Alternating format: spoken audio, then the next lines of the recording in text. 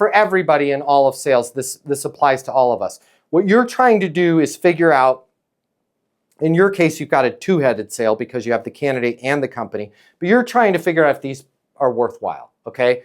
There's no way you can read anybody's mind. I'm sorry, there's no Matt Easton trick I can give you that like you can roll some coin or spin around 3 times and light some sage and like the room will glow orange and you'll know you'll have a bunch of money. There's no trick for that, okay?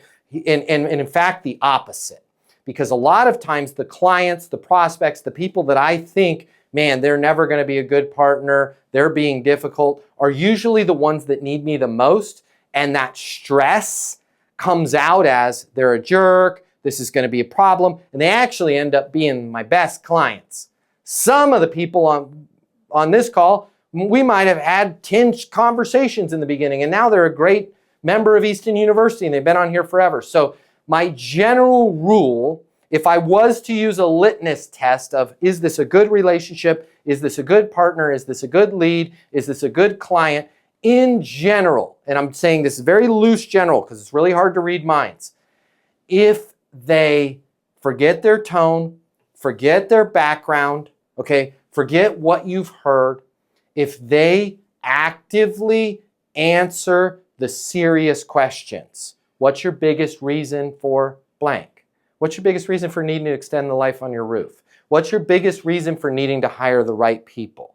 Right? What's your biggest reason for wanting to change companies? What's your biggest reason for needing to onboard warehouse SKUs or whatever the heck, or loss prevention in Adam's case? What's your biggest reason? If they start answering that with honesty and not, well, I just wanted to get a price on this, it's on our list of initiatives. That's starting to head in the right direction of, this might be a serious person and this is somebody that can help.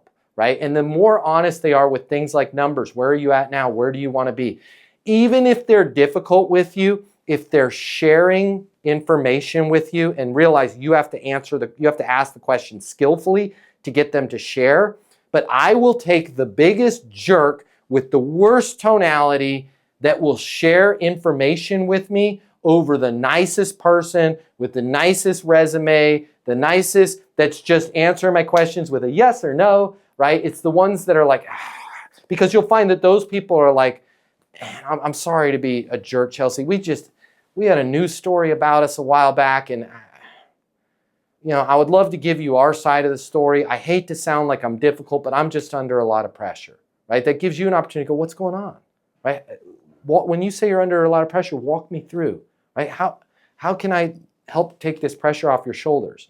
And at the same token, the candidates, when they're coming to you, right, the more they share with you, and it's not the end all be all, but that's a damn good indicator that it is a fit. If somebody's nice or grouchy, it could just be that they're in a lot of pain, okay? None of us are emergency room nurses. Every emergency room nurse and physician, but more than nurses because they're the real freaking heroes because they got to deal with the nastiness. Every nurse will tell you, the people that are the biggest jerks to me are the ones that need me the most.